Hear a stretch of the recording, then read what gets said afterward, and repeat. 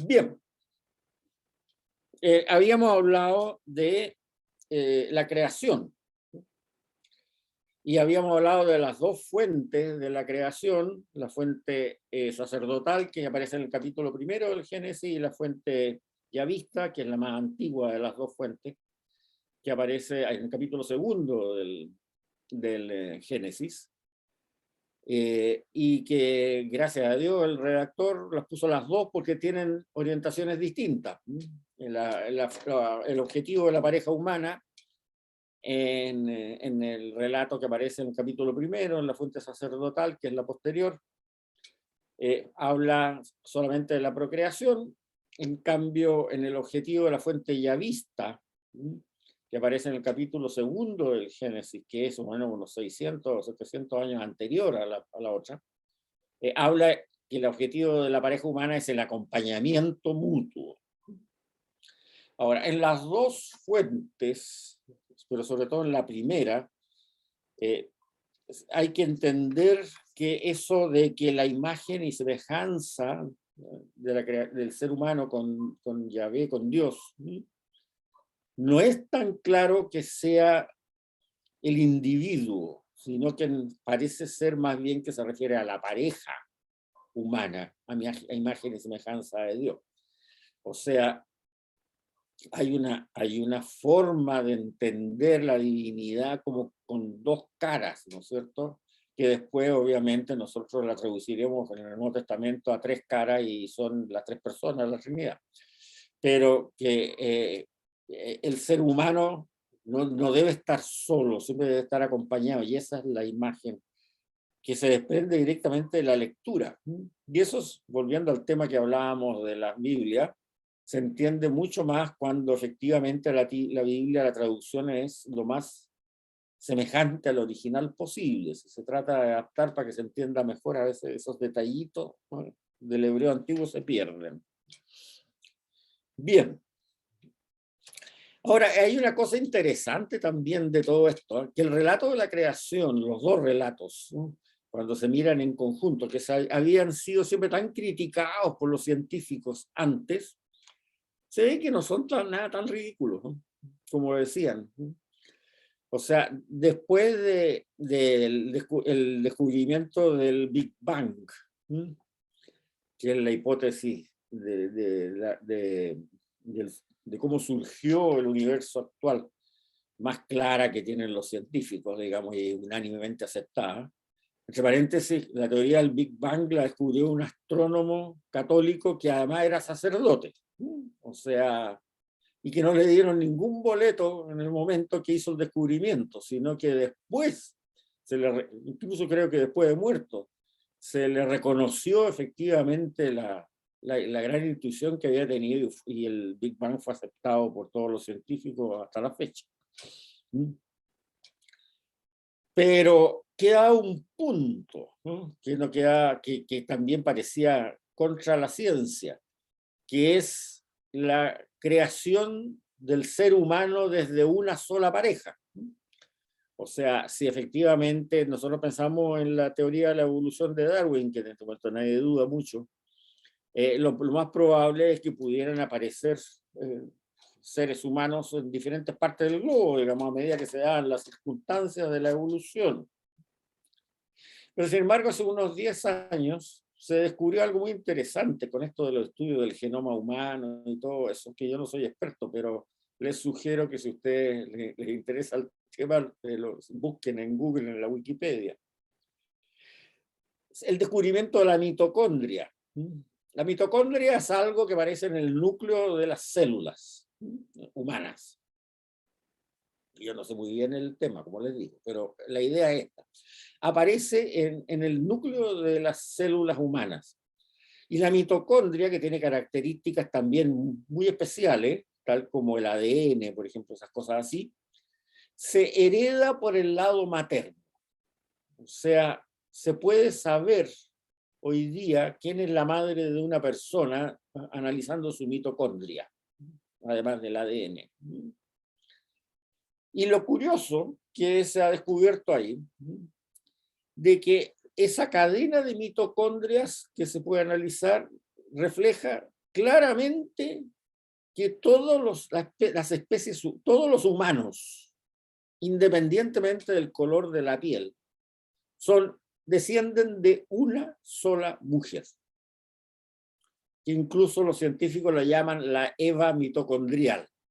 Ustedes pueden explorar ahí en Google y en todas estas cosas. La Eva mitocondrial.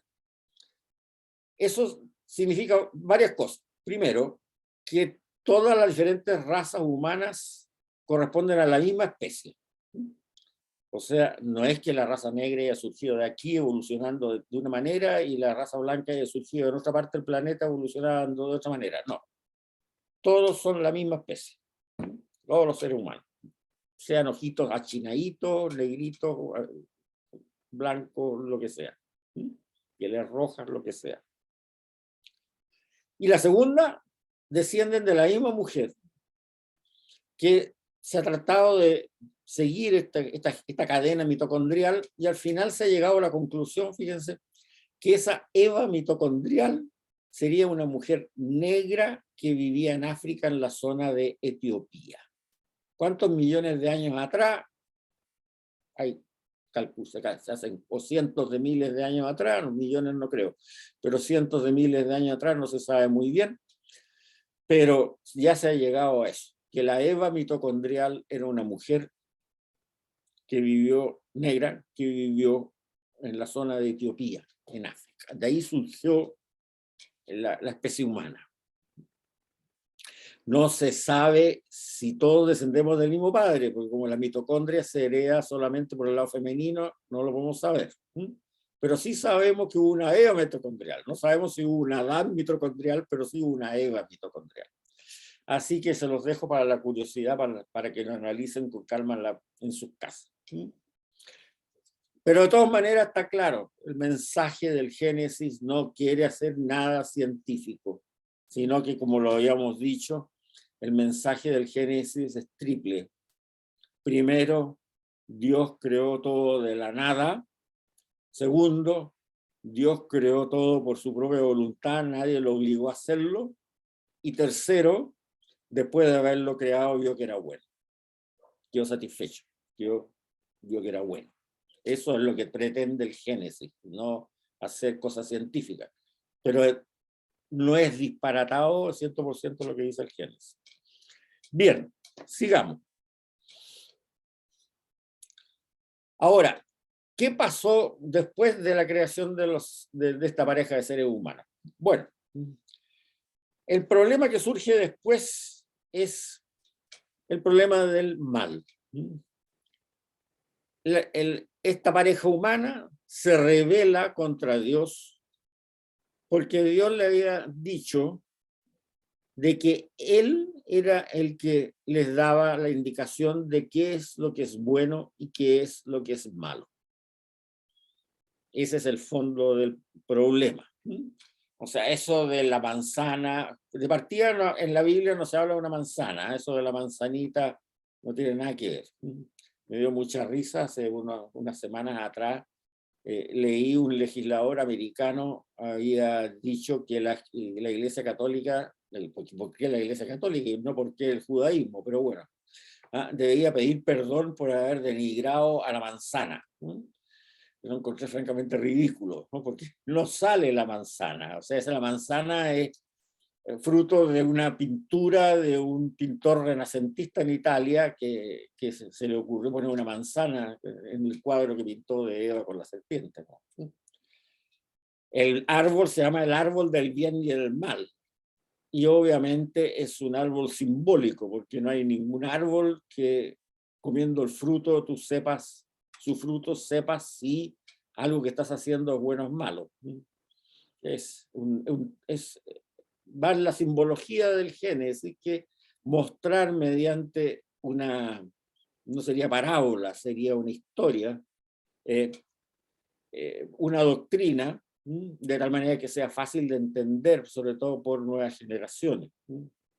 Pero está claro, el mensaje que dice el libro del Génesis cuando toca este tema es que la soberbia de esta pareja humana, porque los dos cometieron el mismo pecado, hizo que ellos quisieran marginar a Dios en la orientación sobre qué es bueno y qué es malo. Y ese es el diálogo, ¿no?, que tienen con la serpiente. La serpiente se los dice claramente: Dios no quiere que ustedes coman de esto, porque entonces ustedes van a ser como dioses. Van a poder decidir qué es lo que es bueno y qué es lo que es malo. Vayan ustedes al relato del Génesis, lo lean y ahí lo dice muy claro. O sea, es la soberbia de querer ser como dioses, pudiendo decidir por sí mismos qué es lo que es bueno y qué es lo que es malo, sin esa orientación superior de la divinidad. O sea, sin hacer caso a la conciencia, sin hacer caso a la ley natural, o sin hacer caso a la moral revelada, que en un principio, como decíamos, era para la época de Abraham solamente la ley del talión entendida correctamente, o sea, como que la pena de un delito no puede ser superior al daño causado. Después fue el decálogo en la época de Moisés y después fueron las bienaventuranzas en la época del Señor. Entonces, lo que hace la especie humana, la pareja humana, al comer de la fruta del árbol del bien y del mal, es sentirse autosuficientes y anular la confianza que hay que tenerle a Yahvé. Ese es el punto. Ahora, eso es lo que se llama el mal moral. Y no hay que confundir el mal moral, el problema del mal, que es siempre el problema del mal moral, o sea, el mal que una persona hace voluntariamente para perjudicar a otra o perjudicarse a sí mismo. No hay que confundirlo con el problema del dolor, que es otra cosa totalmente distinta, y que el problema del dolor no lo trata el libro del Génesis. Eso lo veremos cuando le corresponda. Fundamentalmente es más bien un problema del Nuevo Testamento, pero también al final del Antiguo Testamento se toca ese tema. El problema del mal es el problema del mal moral, o sea, el mal insidioso, el mal que una persona quiere hacer a otro, quiere hacerse a sí mismo, quiere hacer una comunidad, etc. Y eso deriva, tal como dice el libro del Génesis, de la libertad que Dios le ha dado a los seres humanos. Dios creó al ser humano su imagen y semejanza, y eso significa darle libertad de elección. Los seres humanos no son autómatas. Dios no los creó como autómatas. Dios los creó con libertad. Y al crearlo con libertad, les da la posibilidad de que si quieren, se equivocan y pueden dejar, como decimos en Chile, la embarrada.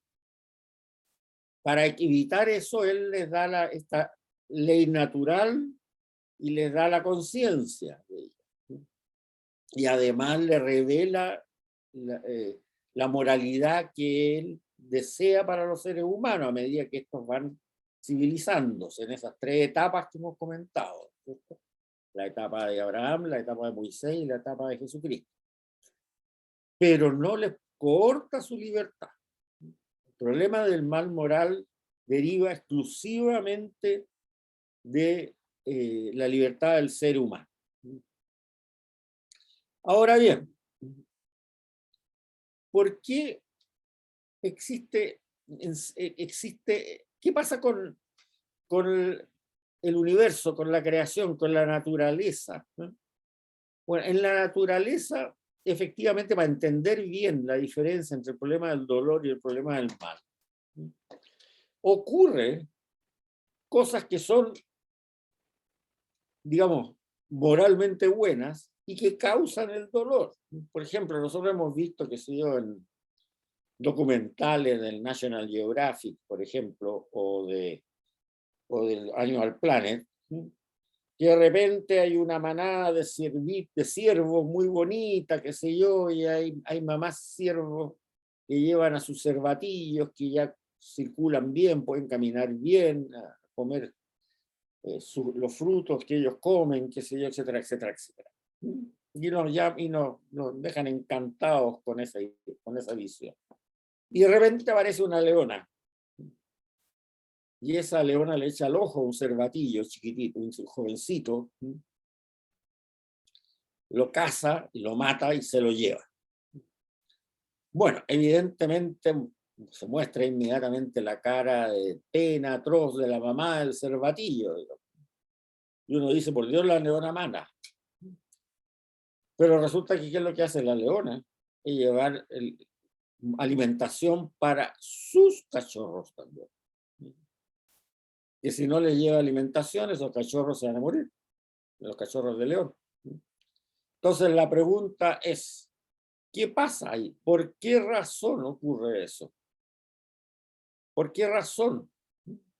O sea, ahí hay una cosa que es buena para los cachorros de león, pero que es pésima para la mamá del cervatillo y pobre cervatillo. Bueno, eso es el problema de un problema del dolor, no es un problema del mal. Porque lo que está haciendo la leona es seguir las leyes de la naturaleza. Las leyes de la naturaleza dicen que es así. Y uno se hacía la pregunta antes, yo me acuerdo que le mandé estoy contando una historia que la vi hace como 15 años atrás en el National Geographic, en la tele. Le mandé una nota ahí por internet, un mail. ¿Por qué los fotógrafos que estaban viendo eso no espantaban a la leona para poder salvar al cervatillo? Y la respuesta que nos llegó es que eso estaba prohibido, porque alterar las leyes de la naturaleza siempre a la larga provocaba más daño que el beneficio inmediato. Y me pusieron el ejemplo de los pesticidas. Y yo me acuerdo de eso también, que haberlo leído. Hace 50 años, el descubrimiento de los pesticidas era el triunfo más grande de la ciencia para el bienestar humano. Porque entonces los pesticidas agrícolas iban a hacer que las cosechas salieran limpias, no se perdieran, y con eso se podía alimentar de una forma mejor y más barata a mucha gente. Y era el triunfo de la ciencia. Sin embargo, hoy día, 50 años después, sabemos que los pesticidas son un desastre, porque también matan a una serie de bichitos que son vitales para que se reproduzca la agricultura, y matan las abejas, que sin abejas no hay polinización y por lo tanto se seca todo. Se mueren los árboles, y se mueren las plantas, y se muere todo. Entonces hoy día nos damos cuenta efectivamente de eso que me dijeron hace 15 años atrás cuando les mandé el mail. No se puede cambiar en las leyes de la naturaleza porque siempre eso sale algo peor que lo que se quiere arreglar. Entonces esa es la razón por la cual ellos no intervienen en ese tipo de luchas que ocurren entre las necesidades de los cachorritos de la leona o las necesidades de los cervatillos de la mamá cierva. Bueno, yo creo que hemos aprendido de eso y hoy día tenemos serios problemas ecológicos precisamente por haber querido intervenir las leyes de la naturaleza. Eso es una realidad. Pero la pregunta sigue más allá. Bueno, ¿por qué la naturaleza es así? Y hay un teólogo que escribió algo que yo les voy que hice una conferencia que se llama Andrés Torres Queiruga. En la página 55 yo le pongo una nota, que es bien interesante. Y les voy a mandar el audio de una charla que él dio en Argentina, de 40 minutos, que les sugiero a todos, como tarea para la casa. Si les voy a decir, menos mal que yo no les pongo nota para que prueben el curso, porque si no les pondría un 1 al que no me haga caso, pero bueno, ya, se los hago para que ustedes lo entiendan mejor. Escuchen la charla que yo les voy a mandar, porque eso les va a solucionar un montón de problemas que muchas veces se plantean. ¿Por qué, por ejemplo, se enferman los niños? ¿Por qué se sufre tanto por aquí? ¿Por qué pasó esta catástrofe? ¿Por qué? Hay mucha gente que dice, bueno, por eso yo no creo en Dios, porque ¿cómo permites? Bueno, escuchen la charla de Torres Queiruga antes de mandar un mensaje con esa pregunta.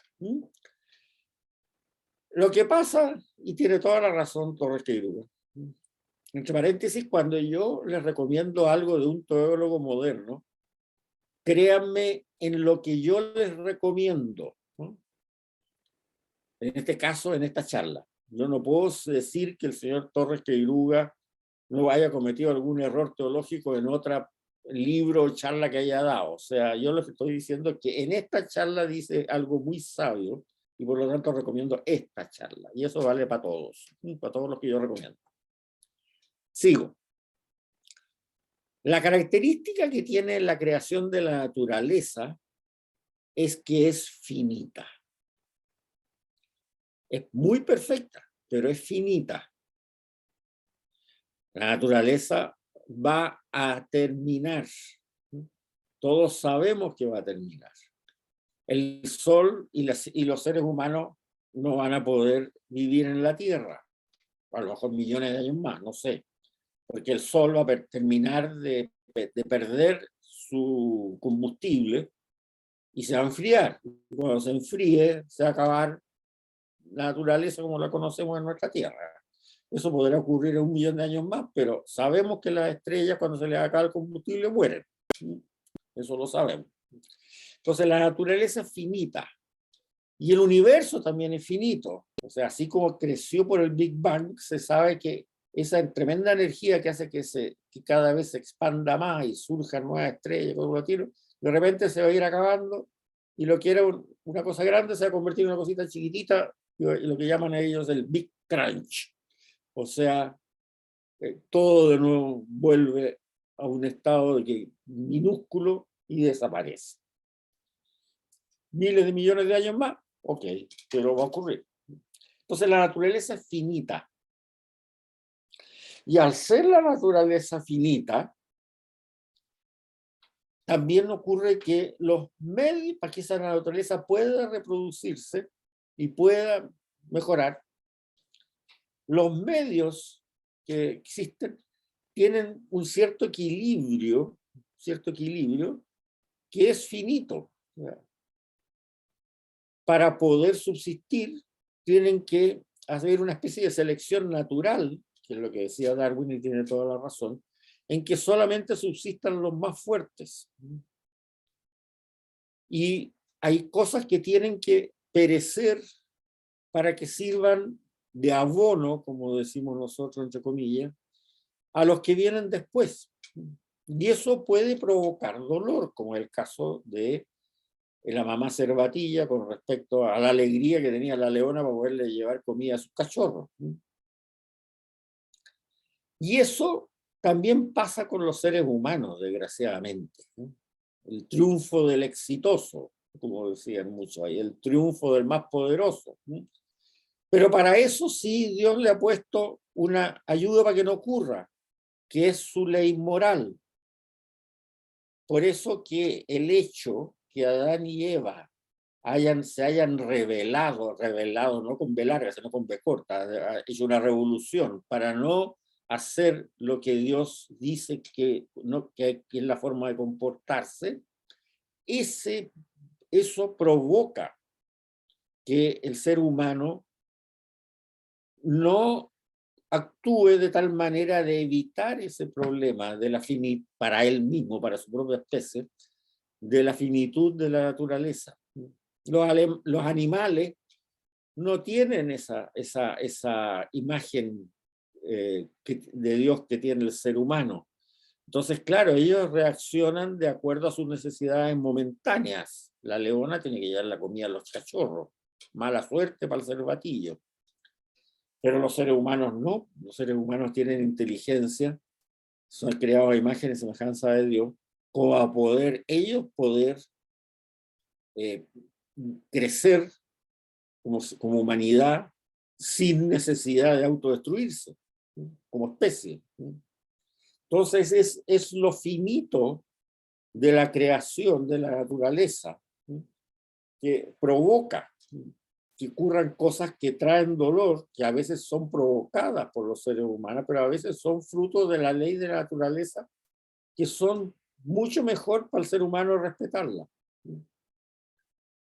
Les voy a poner un ejemplo también que yo lo vi, que lo he vivido. Un amigo mío, bueno, no éramos tan amigos, pero éramos conocidos y nos conversábamos mucho, qué sé yo. Nos apreciábamos, digamos, hace unos 40 años atrás, ¿no? Fue con su familia de paseo a la Patagonia y arrendó un auto para recorrer los lugares, qué sé yo, etcétera. Bueno, los que han estado en la Patagonia saben que es bastante peladero en muchas partes, digamos, ¿no? Por el viento fuerte que hay, el frío, qué sé yo. Por eso es que se usa mucho para la crianza de ovejas, porque por el pasto se da, los árboles prácticamente no alcanzan a levantarse mucho por la ventolera y los botes. Bueno, él venía por un camino manejando y al lado del camino había un árbol. Justo le tocó la mala suerte cuando pasaba conduciendo el auto, no sé qué velocidad iría, 60, 70 kilómetros por hora por ahí, la ventolera botó el árbol y lo mató. Iba con toda su familia, la familia fuera de algunos golpes así menores, a lo mejor un brazo quebrado, algo así, sobrevivió completa. Pero el árbol cayó justo donde estaba el chofer y lo mató. Bueno, obviamente eso causó un dolor tremendo a su familia. No cabe la menor duda. Y no fue un acto provocado por nadie. Pero uno dice, bueno, ¿por qué entonces, por qué ocurre ese fenómeno? Si él hubiera pasado 5 segundos antes, 5 segundos después, a lo mejor se hubiera quebrado un brazo, pero no estaría vivo. Sin embargo, si uno razona, esa ley de la naturaleza que hizo que se cayera el árbol, es una ley buena. O sea, es la casualidad nomás que él pasó justo por ese momento, pero no lo hizo por la culpa de Dios. Tal como lo dijimos antes cuando yo les dije que le pegaran esa página, ¿se acuerdan? En la página 13, el hecho de que Dios sepa qué cosas van a ocurrir no quiere decir que las provoque. Y esa ley de la naturaleza que hizo que se cayera el árbol, ¿es buena o mala? Es buena. Porque ese árbol, si ya estaba viejo, si se cae con las lluvias, se va a podrir. Y si se pudre, se va a convertir en abono. Y ese abono va a hacer que surja pasto de nuevo. Y al surgir pasto de nuevo, va a significar que las ovejas que están por ahí van a poder comer. O sea, la naturaleza que sea finita no quiere decir que sea mala, al contrario. No tiene nada que ver una cosa con la otra. Ahora, el hecho de que eso matara a este caballero, que es amigo mío, ¿qué significa? Bueno, significa que fue una coincidencia feroz nomás. Pero, ¿qué significa? ¿Que no vamos a plantar más árboles en la Patagonia para evitar que no se caigan arriba de los transeúntes? No, pues, si botamos todos los árboles de la Patagonia para evitar accidentes de ese tipo, no va a haber abono natural para los pastos y por lo tanto se van a morir las ovejitas. Entonces, no hay que intervenir en la naturaleza. Bueno, eso lo explica muy bien Torres Queiruga, con ejemplos bastante más sabios que el que le acabo de dar, pero yo se los planteo para que les pique la curiosidad. Y les voy a mandar a todos en el email que mando los domingos normalmente, la charla de Torres Queiruga. Él habla muy bien, es una persona bastante sabia, me gusta mucho esa conferencia, escúchenlo, son 39 minutos, y ahí van a entender bien este problema que plantea muchas veces tremendas dudas a muchas personas cuando tienen sufrimiento que les toca, como le tocó a la familia de mi amigo. Ahora, hay otra cosa también interesante que se deduce de este relato del origen del mal, como que la explicación es la soberbia del ser humano, de la pareja humana, o el ser humano en general, de no elegir la moralidad que le da Dios mediante su revelación. o mediante su ley natural para los que no conocen la revelación. No podemos atribuir el mal a un ser, llámele demonio o llamémosle el dios del mal, como existía en todas las mitologías antiguas, ¿no? El dios del mal. El mal es consecuencia de la libertad del ser humano por querer soberbiamente decidir lo que es bueno por sí solo. El demonio existe, el Señor lo dijo claramente, existe el demonio. Pero en el hebreo antiguo, el hebreo bíblico, al demonio se le llamaba el tentador. Y ese era su papel. Eso es lo que hace, tentar. Pero no obliga a nadie a hacer el mal. No tiene poder para obligar a nadie a hacer el mal. Lo puede tentar. Y lo puede tentar muy fuerte. ¿Y por qué lo tienta? Por envidia. O sea, la envidia es la hermana de la soberbia. Cuando tú por soberbia haces algo malo, como negar la autoridad de Dios para decir lo que es bueno y lo que es malo, obviamente después tienes envidia de aquellos que no te siguen y que hacen el bien. Entonces, efectivamente, el demonio es un ser que parece que fue creado antes que el ser humano. Si era un ángel o era un ser de otra galaxia, o lo que sea, no tenemos idea. Y que también estuvo en la misma disyuntiva que estuvieron Adán y Eva, y que escogió también rebelarse contra la tutela moral de Dios. Y por lo tanto, tienta a los que tienen la capacidad de elegir en este momento para que hagan igual que él, que elijan mal. Y eso lo hace por envidia. Eso es lo que nos dice el mensaje. Eso es lo que nos dice el mensaje del Génesis.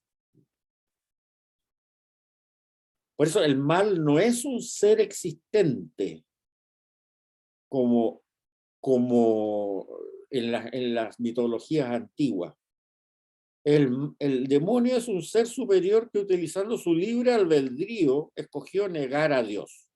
Y por lo tanto, lleno de envidia, trata por todos los medios de provocar el fracaso de quienes quieran seguir a Dios. El mal no es un ser existente, sino que es la cualidad de una acción. Por eso que hablamos del mal moral. Entonces, ¿qué hubiera pasado si Adán y Eva hubieran decidido no comer el árbol del fruto del bien del mal? Bueno, la Biblia no nos cuenta eso. Por lo menos el relato del Génesis, perdón, no nos cuenta eso. A lo mejor porque esa tentación hubiera sido existente siempre. Puede ser que Adán y Eva hubieran dicho no voy a comer nada de esa fruta, voy a hacer lo que Dios dice que tenemos que hacer. Punto. ¿Y qué hubiera pasado con sus hijos? ¿Hubieran tomado la misma decisión? ¿No tenían libre albedrío también sus hijos? Y sus nietos, y sus bisnietos, y sus tataranietos, y todo. O sea, muchas veces nosotros le echamos la culpa a Adán y Eva. Si Adán y Eva no hubieran comido de la manzanita, estaríamos todos felices. ¿Ah, sí? ¿Quién dice que tú no habrías escogido también hacer algo contra la voluntad de Dios? Ahora, en este momento. Entonces, el relato bíblico es mucho más sabio, en mi opinión, que las explicaciones que normalmente nosotros hacemos del relato bíblico. Por eso es que es muy mala cosa cuando nosotros no leemos la Biblia y tratamos de entenderla bien en la forma que debe entenderse, digamos, que es la que trato de explicar ahora, con el lenguaje, con todas estas cosas. O sea, el relato bíblico de la creación y del origen del mal es mucho más sabio que las explicaciones que nosotros damos de ese relato bíblico. Y eso nota claramente la mano de Dios ahí en la revelación, lo que hablábamos en las primeras clases. O sea, este es un libro que se nota ese hilo conductor de la revelación progresiva del misterio de Dios. El relato mucho más sabio que la interpretación que normalmente nosotros damos de ese relato. Por eso que decimos que Dios creó todo con sabiduría. Por eso es que la creación, incluyendo el ser humano, es un todo, un cosmos bueno y ordenado. El camino de la sabiduría conduce al descubrimiento y la aceptación de dicho orden cósmico y social. Quien se ajuste a dicho orden será feliz. El que se resista estará abocado a la autodestrucción. Comer del árbol del bien y del mal significa querer ocupar el lugar de Dios indebidamente, sin responder a su gracia de forma gratuita, confiada y responsable. Es también juzgar a Dios afirmando con envidia que su obra en nosotros no es buena ni es necesaria, divinizando nuestra propia voluntad y autoconvirtiéndonos en un juez universal incluso en lo pequeño. Y si ustedes se fijan, esta tentación de querer ser autodecisivos en lo que es bueno y es malo, ha sido la causa perenne de todas las monstruosidades que se han cometido en la humanidad a lo largo de la historia. Casos más concretos son el nazismo y el estalinismo. En el nazismo, ¿qué es lo que pasó? Una persona se dictaminó el Führer, el guía, o sea, el Dios en esta tierra. Yo solo soy el que digo lo que es bueno y es malo. Yo, Adolfo Hitler. Y por lo tanto yo decido quién tiene derecho a existir y quién no tiene derecho a existir en este planeta. Y de ahora, hoy día, dijo en una fecha del año 1936, he decidido que los judíos y otras razas detestables como los gitanos y otros más no tienen derecho alguno de vivir en este planeta y por lo tanto se exterminan. Punto. O sea, es el creerse como con autoridad divina en esta tierra. Y eso es el comer el fruto del bien y del mal, tal como lo dijo la serpiente. Tal como lo dijo la serpiente. Voy a poner la cita. No le puse la cita, pero véanlo ustedes en el Génesis. Agregar cita para la versión del manual para los años posteriores. La serpiente es muy clara. No, si lo que Dios les ha prohibido es porque ustedes van a ser como dioses si comen de esta fruta. Va a decir, van a poder decidir ustedes mismos lo que es bueno y lo que es malo. Hitler en persona. Y llevaba a su extremo. Y ahora tenemos Putin igual. Ucrania no puede existir. Y los que se opongan en Ucrania, yo los voy a matar a todos, incluso si están en un mall comprando comida, como pasó hace 4 días atrás, que le tiró un roquetazo a un mall lleno de gente que estaba comprando comida. Murieron como 50, 60 personas que lo único que querían era comprar comida para poder comer. No había militares, no había ejército, no había nada, no había policía, no había nadie. Había gente haciendo cola para comprar comida. Rocket, mueran todos. Eso es. Ese es el pecado grande. La soberbia, decidir qué es lo que es bueno y lo que es malo. Y hoy día eso también persiste no solo en esas dictaduras, sino que persiste también en aquellos que tratan de imponer ideologías que son abiertamente perniciosas para el orden de la naturaleza. ¿Qué sé yo? Primera cosa que se trató y que ya prácticamente hoy día en todo el mundo se cree así. Se ha alterado el derecho a las personas a tener una conciencia propia, de tal modo que ahora lo moral no existe, sino que solamente existe lo legal. O sea, si algo está aprobado por una ley, supuestamente elegido democráticamente, puede que sí, incluso. Eso es legal y por lo tanto es moral. O sea, si esa persona lo hizo legalmente, una acción de ese tipo, eso tiene doble no derecho y tenemos que ser tolerantes. Esa es la frase. Ahora, no hay que olvidarse, para darse cuenta de esa falacia, que Hitler subió al poder sin violar una ley vigente en Alemania. No hizo una revolución para subir al poder. Subió al poder sin violar ni una ley vigente en Alemania. O sea, bastó que tuviera mayoría absoluta en ese país y en el Reichstag, en el Congreso, para poder cambiar su constitución y poder hacer todas las leyes que hizo con los resultados que nosotros conocemos.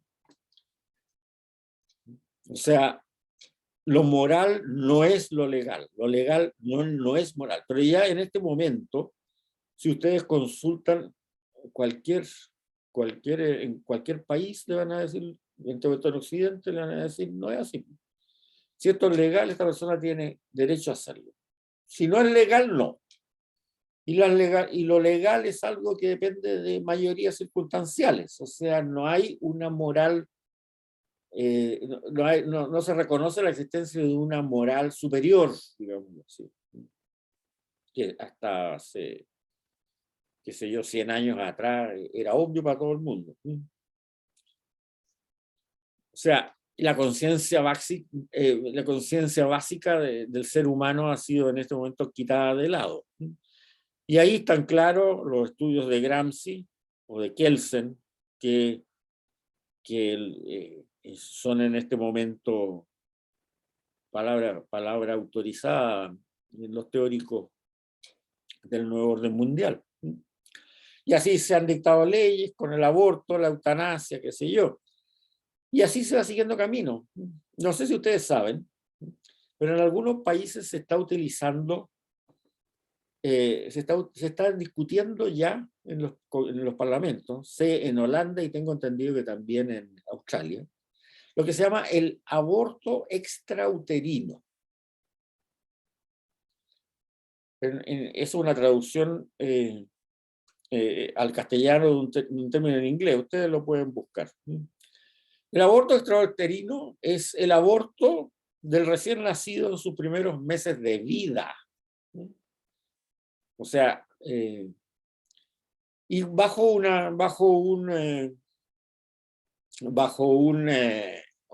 esquema de que en los primeros meses de vida, no sé, 3 meses, dicen por ahí, ese ser humano nacido no tiene conciencia todavía de sí mismo. Entonces no es una persona. Por lo tanto, se puede abortar, entre comillas, abortar extrauterinamente. O sea, si es un niño y te sale mucho reflujo y no te deja dormir, bueno, lo llevas a la clínica abortiva y encargas otro.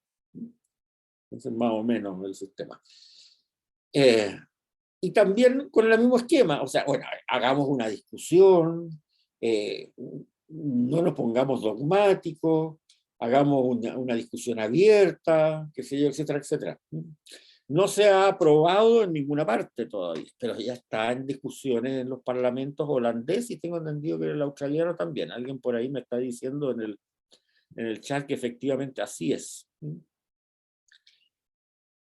La eutanasia para personas que no la piden también pasa a ser algo más o menos parecido. Bueno, el suicidio asistido, por lo menos, le dan la decisión al afectado, pero la eutanasia pura no es así. En España yo sabía que han habido polémicas ahí, porque en las casas donde donde viven ancianos, ¿cómo se llaman los homes? Los hogares para ancianos, que a veces son bastante caros. La ley de la eutanasia, tengo entendido que permite, en el caso de que 2 médicos certifiquen que esa persona no está consciente permanentemente y que sufre mucho, o sea, una persona con Alzheimer ya que no reconoce a nadie, por ejemplo, ni a su hijo, ni a nadie, ni a nadie, ni a nadie, y que efectivamente está sufriendo mucho, que 2 médicos y que alguien de la familia lo pida, se le puede, y 2 médicos certifiquen que efectivamente eso es así, entonces ahí se le puede eutanasiar, a pesar de que la persona no se le ha consultado para nada, porque no puede consultarse, porque ya no tiene actividad mental consciente, por lo menos aparente. Pero ¿qué resulta?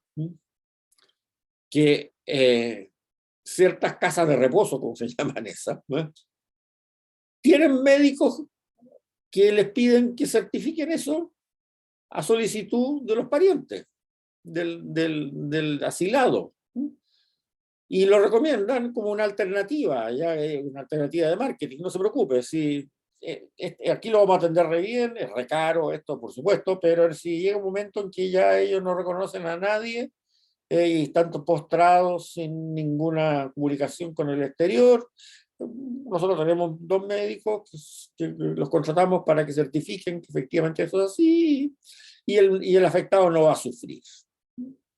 O sea, lo que era un suicidio asistido, ahora es un homicidio provocado. Y eso está ocurriendo en España, me lo han contado parientes míos. O sea, yo tengo primos hermanos allá, que ando pocos por la edad, pero sus descendientes los conozco muy bien, ¿ya?, y los veo periódicamente. O sea, eso no es un cuento, es así, etcétera. Y ya la guinda del postre, como se dice aquí en Chile, ¿no es cierto?, es lo que se llama la ideología de género. Todo ese enredo, que están tratando de hacer, de que el género no es el sexo, sino que es algo que tú escoges, como sea lo que tú quieras, ¿no? Bueno, resulta de que el objetivo de eso, evidentemente, no, y el adoctrinamiento que se le hace a los niños escolares desde los 5 años, creo que empieza en Europa, es obviamente algo para destruir la familia. No es para hacer feliz a esos niñitos, digamos, eso está clara, es para destruir la familia. Y para destruir la familia significa destruir el ser humano como es ahora, digamos, psicológicamente, y generar algo que no sé qué lo que será, un zombie humano o cualquier otra cosa. Entre paréntesis, leí hace poco que un ex niñito, o sea, que era ahora niñita trans, pero que no era niñita, sino que había llegado, no sé, a los 20 y tantos años, quería demandar a quienes le hicieron la operación de cambio de sexo, porque él era menor de edad y no tenía capacidad de entender esto, y que había sido todo un desastre, que todo lo que le habían prometido no era cierto, que él seguía siendo un varón homosexual, lo que ustedes quieran, pero con una serie de frustraciones en este momento, y además una serie de problemas físicos tremendos.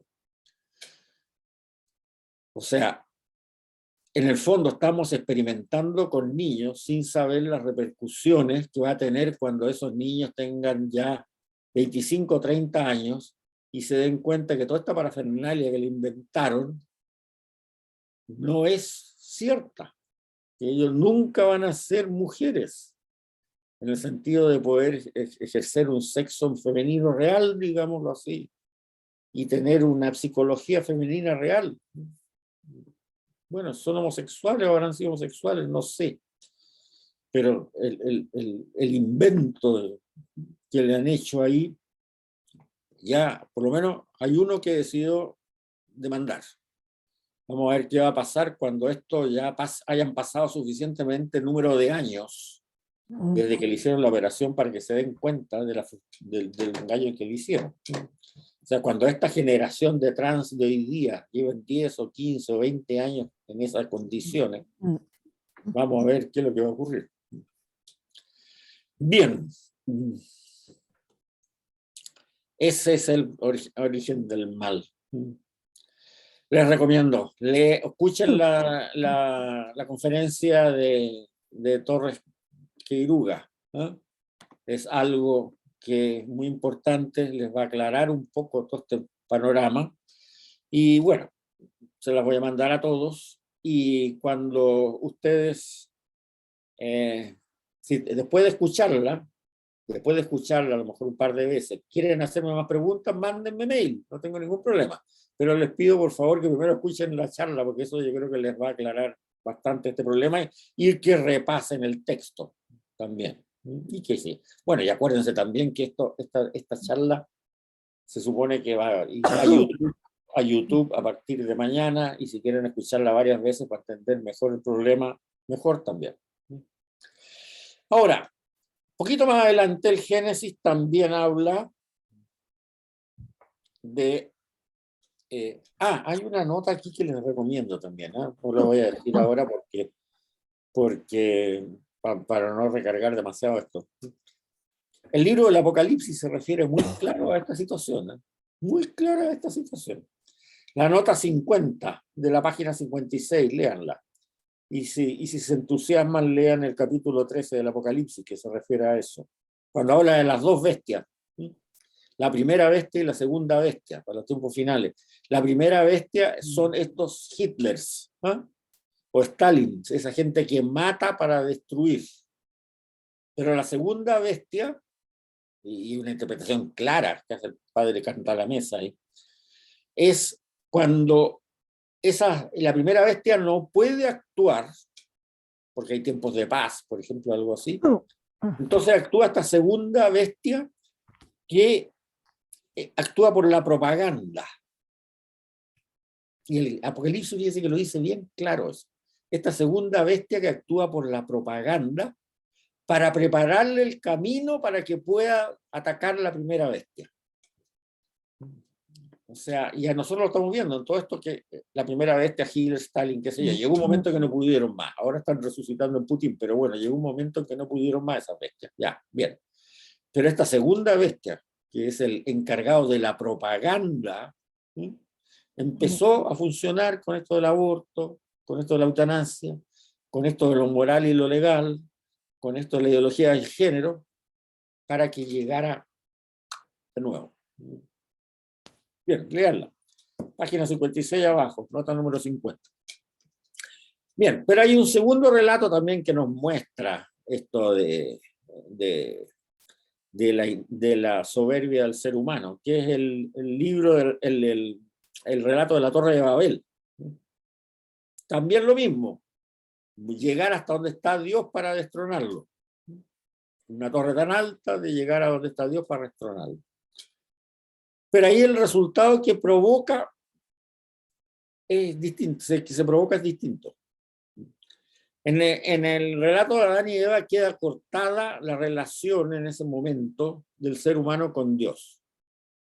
Ahora, Dios promete una redención, eso sí, pero en ese momento queda cortada. En el relato de la Torre de Babel, lo que queda cortado es la comunicación entre los seres humanos.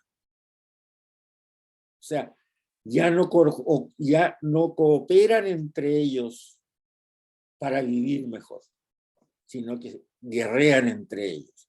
Ya no se entienden, se confunden las lenguas.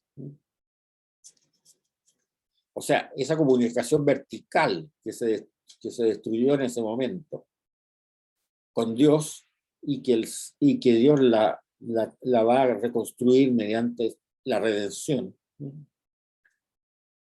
Ahora hay una comunicación horizontal que se destruye también, que es la comunicación entre los seres humanos, entre ellos.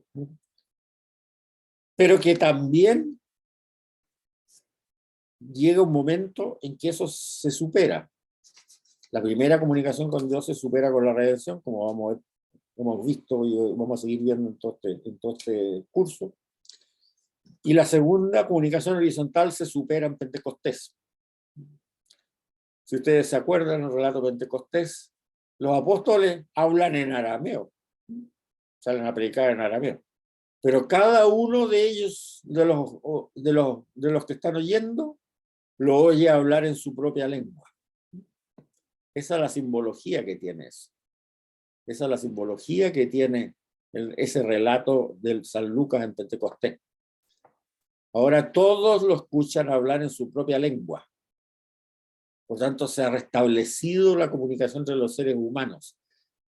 Con el mensaje de Pentecostés, el mensaje de Cristo, se restablece la comunicación entre los seres humanos. Ya no hay pueblos escogidos. Como dice San Pablo, ya no hay hombres ni mujeres, no hay judíos ni gentiles, no hay libres ni esclavos. Todos ustedes son hijos de Dios. Bien. Es el relato de la creación, la fuente que es una de las cosas más importantes del yavismo, y que surge precisamente, como hablábamos en la clase pasada, surge cuando ya la monolatría es reemplazada por un monoteísmo absoluto. Entonces, efectivamente, puede pensarse en un relato de la creación. Ahora, paralelamente al yavismo, en la época de la monarquía, surgen los profetas. Y ahora vamos a hablar de los profetas, página 58. ¿Por qué? Bueno, por la razón que lo hemos visto al hablar de la crisis del yavismo.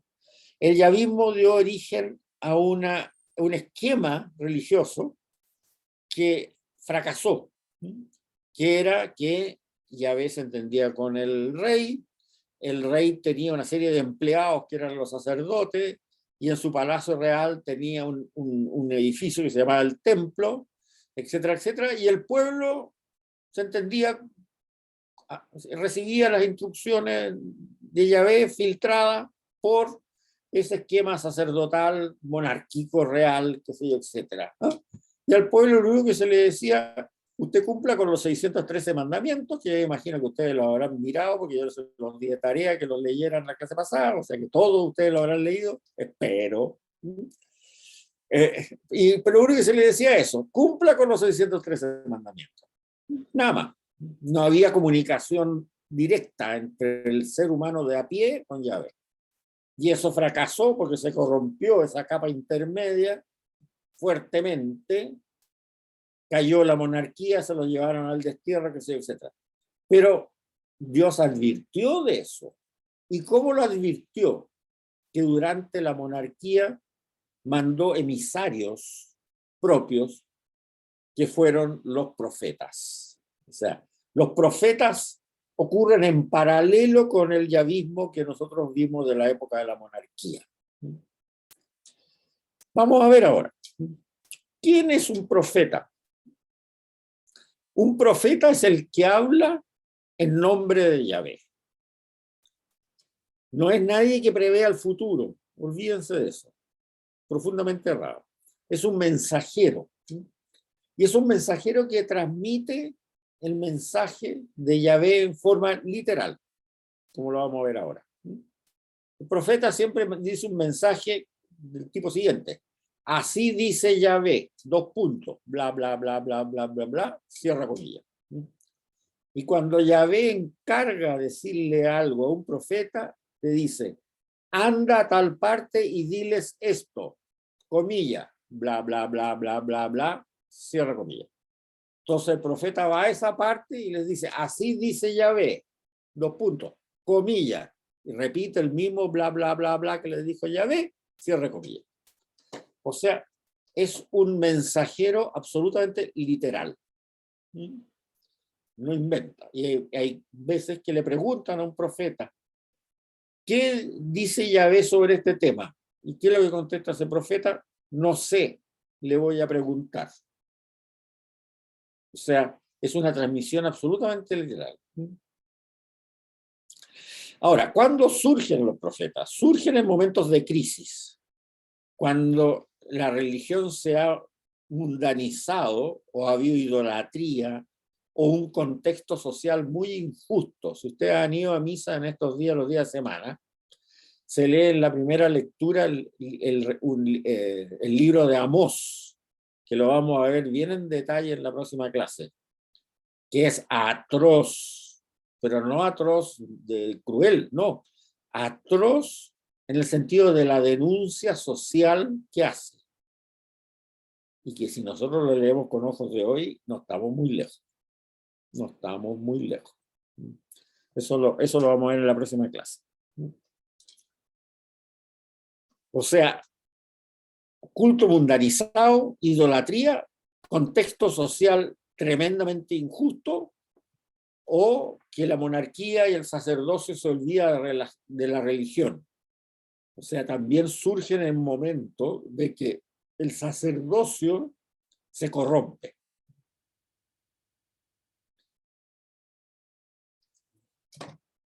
Ahora, ¿cómo se sabe si un profeta es profeta o no? Y la respuesta la da la misma escritura. Cuando un profeta es profeta de verdad, sus anuncios, que están siempre entre comillas, como digo, o sea, una cosa bien concreta, se cumplen inexorablemente. Si no se cumplen, es falso profeta. Ahora, no se cumplen muchas veces de forma inmediata, no importa, pero se cumplen. Cuando se cumple ese mensaje divino que está entre comillas, o sea, el profeta no puede decir cualquier cosa, entre comillas, y normalmente la locución profética, lo que se llama el mensaje profético, es bastante breve en un libro sobre ese profeta que es bastante grande. O sea, hay que ir al mensaje. Si no se cumple, no era profeta verdadero. Si se cumple, es profeta verdadero. Y el mismo Yahvé lo dice. Hay un texto que es vital, que es el que está a la mitad de la página 58, que ese leanlo hartas veces porque hay que entenderlo bien. Como descienden la lluvia y la nieve de los cielos, y no vuelven allá, sino que empapan la tierra, la fecundan y la hacen germinar para que dé simiente al sembrador y pan para comer, así será mi palabra que salga de mi boca, que no tornará a mí de vacío sin que haya realizado lo que me plugo y haya cumplido aquello a que la envié. A ver, déjenme ir a apagar esta estufita que tengo acá, que ya da mucho calor. Y como está llegando el sol por la ventana, ya no es tan necesaria. Estoy colorado es por eso, porque me da el solcito por la ventana. Bien, leo de nuevo.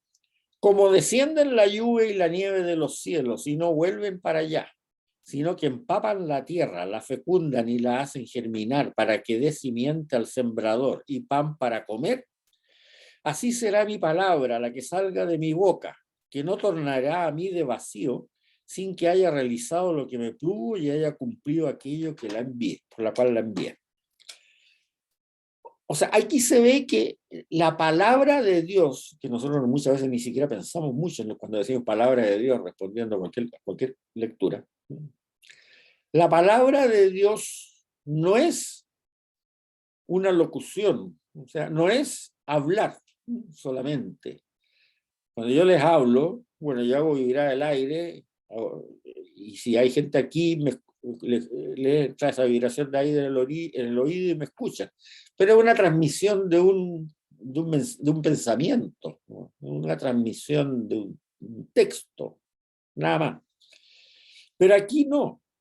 Se nota claramente que la palabra de Dios, como la define Dios mismo, su palabra, es una energía que él emite y que se llama palabra para transformarla de una forma que los humanos la podamos entender, porque ustedes comprenden que como un espíritu, Dios es espíritu puro, entonces la palabra, llamar a esa energía que brota de Dios, palabra, es una simbología.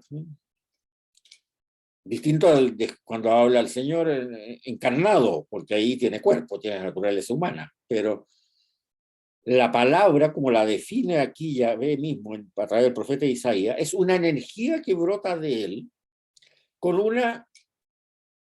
con una misión muy clara y que la lleva siempre a cabo y que después que la ha cumplido vuelve a él. Fíjense, como descienden la lluvia y la nieve de los cielos y no vuelve a los cielos, sino después que han empapado a la tierra, la fecundan y la hacen germinar para que dé simiente al sembrador y pan para comer. Así es mi palabra. Lo que salga de mi boca, o sea, esa energía que salga de él, no volverá de vacío, sin que haya realizado lo que me plugo y haya cumplido aquello para lo cual la envié. Tal como el agua que cae de la lluvia no vuelve a las nubes sin antes haber empapado la tierra y hecho germinar las semillas. ¿Les va quedando claro? Espero que sí. O sea, la palabra de Dios es una energía divina. Y una energía divina que, ojo, tiene inteligencia, porque tiene que cumplir una misión que se le encomendó. Y tiene voluntad para hacerlo. Ojo. Hay un ejemplo clásico que se lo voy a poner acá. De un señor que más que profeta es como antiprofeta, pero que está dentro de la categoría de los profetas, que es Jonás. Jonás recibe un encargo de Dios y él lo acepta. Anda a Nínive y dile que si no se convierten en 30 días, voy a destruir la ciudad. Y Jonás acepta eso. Y para allá. Pero después se muere de susto. ¿Y qué es lo que hace? Se embarca, si para ir a Nínive tenía que ir para allá, se embarca en un barco que va para allá, exactamente para el otro lado, muerto de susto. ¿Qué pasa? Esa palabra, esa energía divina que lleva adentro, que él aceptó que lo invadiera, que tenía que cumplir esa misión de ir a Nínive y decirle que si no se convertían en 30 días, iba a perecer Nínive. Esa energía que adentro toma una decisión, genera una tempestad y hace que los marineros digan, esta tempestad es artificial. Hay alguien aquí que está incumpliendo un deseo de algún dios. Echan la suerte y le cae a Jonás. Y Jonás lo reconoce, sí, esta tempestad es por mí, porque yo no debería ir para allá, debería ir para allá. Lo echan al agua. Se lo traga una ballena. Es parte de la simbología, ya lo vamos a ver después cuando vemos Jonás, no se preocupe. Se lo traga una ballena. ¿Y qué hace la ballena? Siguiendo sus instintos sería, pero hace lo que esa palabra de Dios tenía, digamos, en la misión que tenía que cumplir. Se lo lleva y en 3 días lo bota justo en la playa de la ciudad de Nínive. ¿Casualidad? Esa palabra que llevaba Jonás adentro se las arregla para que esa ballena lo bote justo en la playa de Nínive. Lo podía haber botado en la playa de Atenas, o lo podía haber botado en la playa de Samaria, o lo podía haber botado al ladito de Nápoles, o lo podía haber llevado para España. No, lo lleva a Nínive. Y ahí lo bota. ¿Y ahí qué le queda a Jonás? Predicar. ¿Cuál es la alternativa? ¿Se da cuenta? No tengo escapatoria. Predica en Nínive que si no se convierten, en 30 días la ciudad va a destruir. Dios la va a destruir. Entonces, lo que Dios llama mi palabra, el Dios que es espíritu, es eso, una energía que emana de Él, una energía que emana de Él, que tiene inteligencia, que tiene que cumplir una misión, y que para ello tiene inteligencia y voluntad propia. Y que cuando ha cumplido esa misión, vuelve a él. ¿Están pensando en el prólogo del Evangelio de San Juan? Bueno, para allá vamos, pero sigamos todavía. Entonces, en lo que se llama el oráculo profético, o sea, este esquema de mensajes que hay ahí, pertenece siempre al profetismo, casi, siempre. En el Antiguo Testamento aparece 241 veces la frase palabra de Yahvé, y de las cuales 221 pertenecen al profetismo. El término que se usa en hebreo para decir palabra de Yahvé es davar, davar Yahvé. Davar Yahvé. Y es masculino, ¿eh? No es la palabra, es el palabra, el davar de Yahvé. Ahora, puede ser ese davar de Yahvé una denuncia, un juicio de Dios, una condenación, etc. Pero es siempre efectivo. Ahora, el profeta es alguien que es preparado para ser profeta. Es preparado para ser profeta. Y se le prepara también mediante la palabra, que es una energía que le penetra a este profeta y que hace que sea capaz de ejercer esa función. Y eso lo relatan muy bien dos profetas mismos, Ezequiel y Jeremías. Veamos el caso de Ezequiel. Ezequiel, se le presenta al Señor a Ezequiel y le dice: hijo de Adán, ponte en pie, voy a hablarte. Penetró en mí, está diciendo el propio Ezequiel esto, penetró en mí el espíritu mientras me estaba hablando y me levantó en pie y me decía: hijo de Adán, yo te envío a Israel, pueblo rebelde. Se rebelaron contra mí ellos y sus padres, se sublevaron contra mí hasta el día de hoy. Les dirás, comillas, esto dice el Señor, cierre comillas. Te escuchen o no te escuchen, pues son casa rebelde y sabrán que hay un profeta en medio de ellos. Y tú, hijo de Adán, no le tengas miedo a los que digan, aunque te rodean espinas. Y me dijo: hijo de Adán, todas las palabras que yo te diga, escúchalas atentamente y apréndalas de memoria. O sea, es textual el mensaje que tiene que transmitir. Y apréndelas de memoria. Anda, vete a los deportados, a tus compatriotas, y diles: esto dice el Señor, ¿te escuchen o no te escuchen? Es el caso de Ezequiel. Vamos al caso de Jeremías ahora. ¿Qué dice Jeremías? El Señor me dirigió la palabra: antes de formarte en el vientre te elegí. Ya vamos a hablar de esta frasecita. Antes de salir del seno materno te consagré y te nombré profeta de los paganos. Yo repuse: ay, Señor mío, mira que no sé hablar, que soy un muchacho. El Señor me contestó: no digas que eres un muchacho, que a donde yo te envíe irás. Lo que yo te mande lo dirás. No les tengas miedo, yo estoy contigo para librarte. Oráculo del Señor. El Señor extendió la mano, me tocó la boca y me dijo: mira, yo pongo mis palabras en tu boca y hoy te establezco sobre pueblos y reyes para arrancar, arrasar, destruir y demoler, edificar y plantar. Bastante, para que se muriera de susto el pobre Jeremías, eso, ¿no? Para arrancar y arrasar, destruir y demoler, edificar y plantar. Pero le dicen, pero el Señor le dijo: yo, no les tengas miedo, yo estoy contigo para librarte, oráculo del Señor, y no digas que eres un muchacho.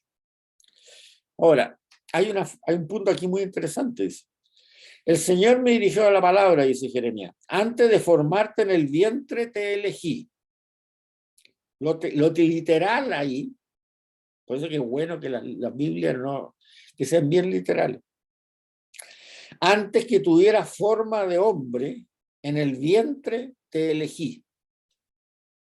O sea, eso es clarísimo que el nuevo ser comienza en el momento de la concepción. Y eso, curiosamente, lo dicen en una época, está escrito en una época que no se sabía la existencia del óvulo humano. Antes que tuviera forma de hombre en el vientre te elegí. O sea, Jeremías existía antes que tuviera forma de hombre, o sea, o de ser humano. O sea, existía como Jeremías cuando era un cigoto.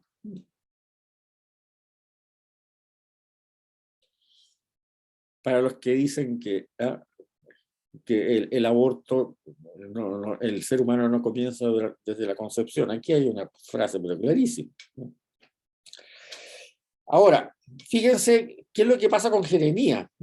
¿Qué le provoca a Jeremías esta palabra de Dios que lo constituye como profeta? Ojo, esa palabra de Dios que le dice, no diga que eres un muchacho, que donde yo te envíe irás, que yo te mande lo dirás, no tengas miedo, que etc. Se queja Jeremías porque le va pésimo, pues nadie le hace caso. Pero ¿qué es lo que dice? Me sedujiste, Señor, y me dejé seducir. Me forzaste, me violaste. Yo era el hazme reír todo el día, todos se burlan de mí. Si hablo es a gritos, clamando, violencia, destrucción. La palabra del Señor se me volvió escarnio y burlas constantes. Y me dije, no me acordaré más de él, quiso ser la de Jonás. No hablaré más en su nombre, pero la sentía dentro de mí como un fuego ardiente encerrado en los huesos.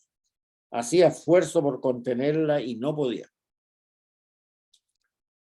O sea, esa energía de Dios, que emanó de Dios, que lo constituyó en profeta en la cita anterior, lo quema, no la puede encerrar, tiene que hablar, no la puede retener.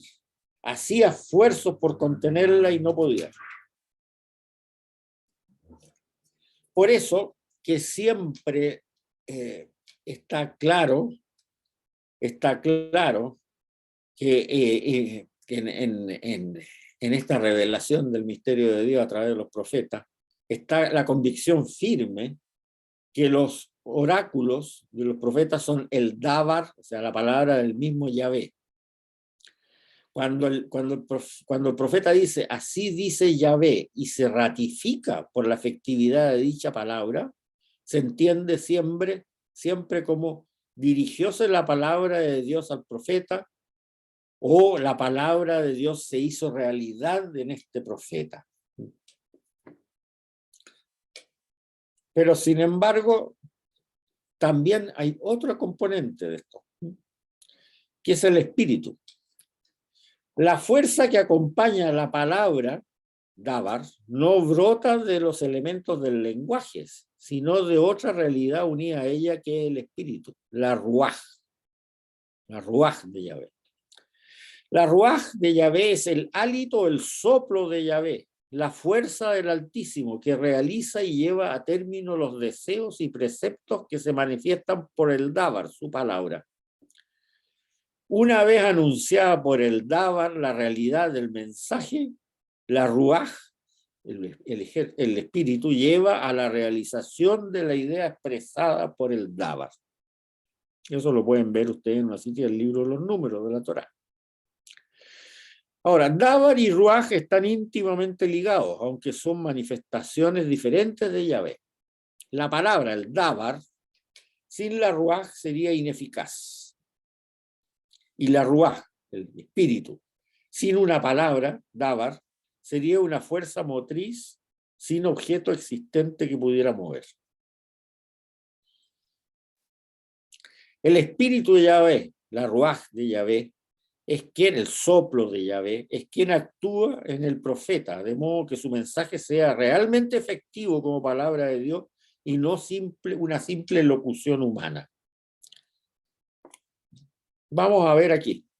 El profeta es portavoz de Dios porque ha recibido su palabra, pero solamente puede recibir su palabra porque el Espíritu de Dios, la Ruaj de Yahvé, ha descendido dentro de él y lo ha adaptado para recibir su palabra. Veamos el caso de Ezequiel, que queda bastante claro. Ezequiel relata su vocación tal como nosotros lo habíamos visto en la página anterior, ¿no es cierto? Hijo de Adán, ponte en pie, que sé yo, te envío a Israel, bla, bla, bla, porque se rebelaron contra mí, etcétera, etcétera, etcétera, etcétera. Después que Yahvé le dice eso que leímos en la página anterior, vean lo que pasa. Entonces me arrebató el espíritu, la ruaj de Yahvé, y oí a mi espaldas el estruendo de un gran terremoto al elevarse de su sitio la gloria del Señor. El espíritu me tomó y me arrebató y marché decidido, enardecido, mientras la mano del Señor me empujaba. Llegué donde los deportados de Tel Aviv y ahí me dirigió la palabra del Señor. Fíjense bien. Primero, como sale en la página 59, ahí, en esa cita, Yahvé nombra a Ezequiel como profeta y le dice, les dirás, te escuchen o no te escuchen, pues son casa rebelde y sabrán que hay un profeta en medio de ellos. Y no tengas miedo a lo que digan, aunque te rodeen espinas. Anda y anota todas las palabras que yo te diga y apréndelas de memoria. Anda y ve a los deportados, tus compatriotas, y dile, esto dice el Señor, ¿te escuchan o no te escuchan? Entonces me arrebató el espíritu y oí a mi espalda el estruendo de un gran terremoto. El espíritu me tomó y me arrebató y marché decidido y enardecido mientras la mano del Señor me empujaba. Llegué donde los deportados de Tel Aviv y ahí me dirigió la palabra del Señor. Ojo, ahí recién se entera de lo que tiene que decir. Primero nombrado profeta, él acepta, va y qué sé yo, recibe el espíritu lo empuja, llega a Tel Aviv y ahí recién le dice el Señor lo que tiene que decir. Y Ezequiel también cuenta qué es lo que espera el Señor de él. Hijo de hombre, después te he puesto de centinela en la casa de Israel. Cuando escuches una palabra de mi boca, les darán la alarma de mi parte.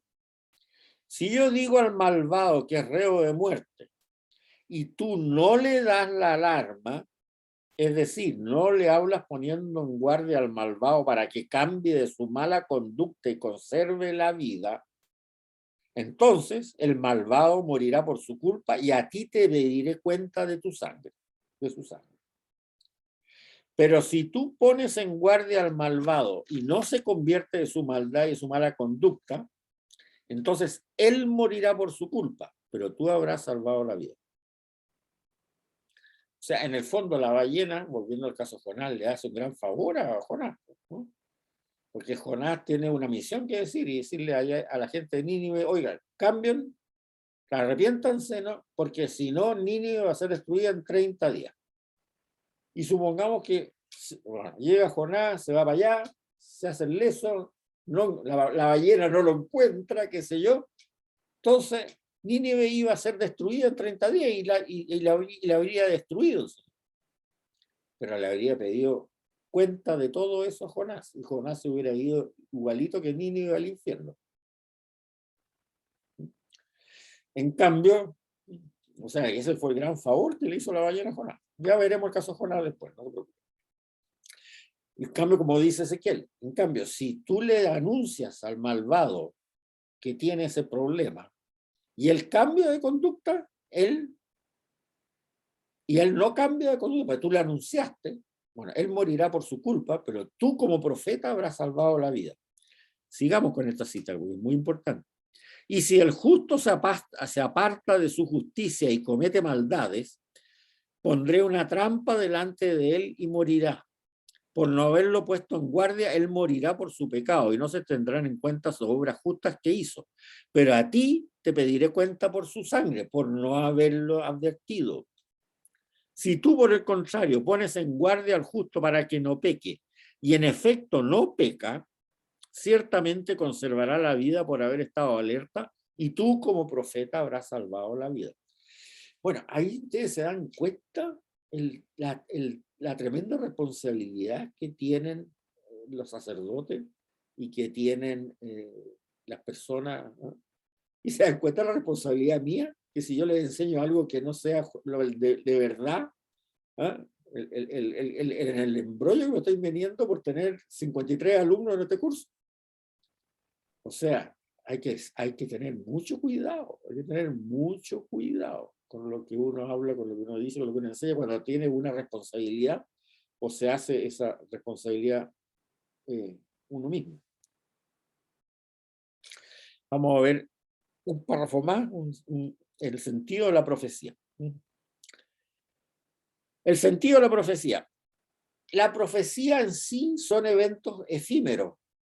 O sea, ocurren, digamos, ocurren siempre, pero en un momento histórico determinado. Y pasan. Y ahí aparece como una especie de muerte de esa palabra de Dios. Es cuando la palabra de Dios vuelve a Yahvé. Volvamos al ejemplo de Jonás. Jonás al final llegó a Nínive, predicó en Nínive, los ninivitas le hicieron caso, hicieron penitencia, y el Señor perdonó a Nínive. Y ahí el hecho terminó. O sea, esa palabra de Dios que tenía Jonás, esa energía divina que tenía dentro, volvió a Yahvé y se acabó. O sea, es una cosa efímera que pasa. Pero sin embargo, Israel entendió muy bien, que esa acción divina tan clara y que se vio que se cumplió perfectamente, tiene también una misión futura, que es prevenir para que ese hecho no vuelva a ocurrir. Entonces, esa muerte de la palabra de Dios, desde el punto de vista humano, va a decir que cuando vuelve esa energía divina a Yahvé, no es tal, sino que queda en esa tradición. Y llega un momento que un redactor inspirado la pone por escrito. Pero la pone por escrito no para relatar el pasado, sino para prevenir al futuro. Entonces, ahí se nota claramente, y con esto voy a terminar, ahí se nota claramente lo que es la Sagrada Escritura. Acuérdense esa frase que decía mi profesor, don Antonio Moreno. El Antiguo Testamento no es un libro de historia de un pueblo, no es el libro de la historia de un pueblo, es el libro de un pueblo que tiene historia, que es muy distinto. O sea, es por eso que esos libros de historia sagrada que yo les he dicho, me cargan a mí, me cargan por todos lados, porque lo destruyen ese concepto. No tiene ninguna importancia si David mató a Goliat con una piedra o con una onda, da lo mismo.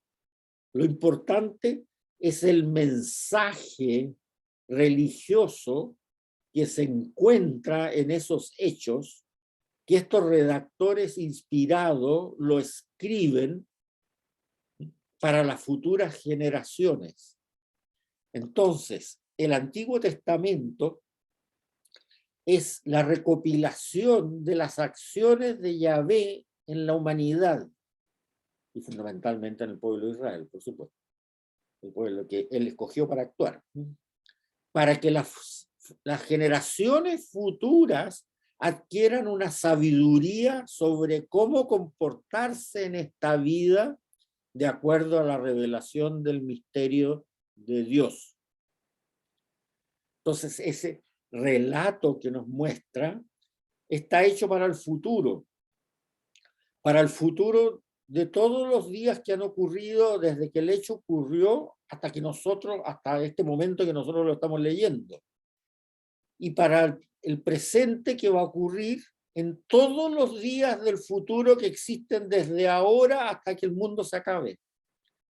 O sea, es un relato para el presente de todo futuro. Ese es el relato bíblico. ¿Para qué? Para que el ser humano aprenda a vivir con sabiduría, la sabiduría que le da la revelación del misterio de Dios. Por eso que encuentro que este error de la historia sagrada que nos han hecho que no leamos el Antiguo Testamento y nos contentemos con unos relatos insípidos de una serie de cosas que no tienen ninguna importancia, y que no leamos nunca los libros de los profetas, por ejemplo, y que no leamos nunca el libro de Amós, y que no leamos nunca el libro de Isaías, y que no entendamos bien el relato de la creación, y que no leamos los libros de los proverbios que nos enseñan a vivir de una forma adecuada. Bien, no les doy más lata. Déjenme, vamos a ver las preguntas.